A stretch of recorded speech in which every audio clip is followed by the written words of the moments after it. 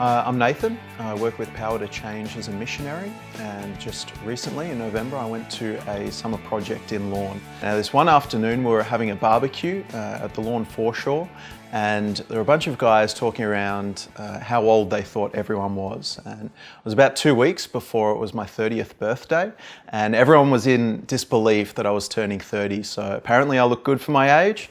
And no one could believe that I was turning 30. And so out of this developed this conversation with one guy, Cooper, and asked a little bit about what he wanted to do after high school. He talked about how he wanted to get into teaching. And he shared how he really wanted to make a difference to the next generation. And one of the questions I love to ask people that kind of have that sense of world changing and giving back into the community is where they got that sense from. And so I asked that of Cooper, and he kind of said, it just seems to be the right thing to do.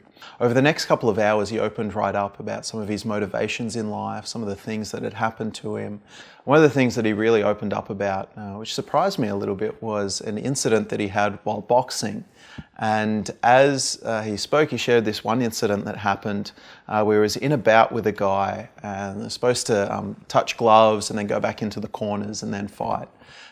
This guy touched gloves and then started laying into him, even while he was on the ground, to the point where it damaged his face, where he needed some sort of facial reconstruction. He had metal under his skin, and he shared with me if someone slapped him really hard, it could just about destroy his face and send him back to hospital. And so it was really heartbreaking hearing this story and just hearing about his passion and his love for fitness and just the world of boxing. And yet it had all been taken away from him in this event that had seemed really unjust and unfair. I really had compassion on him for this sense of this thing that he loved, and he was no longer able to pursue it. And so a couple of nights later, he ended up coming to our drop-in centre in Lorne.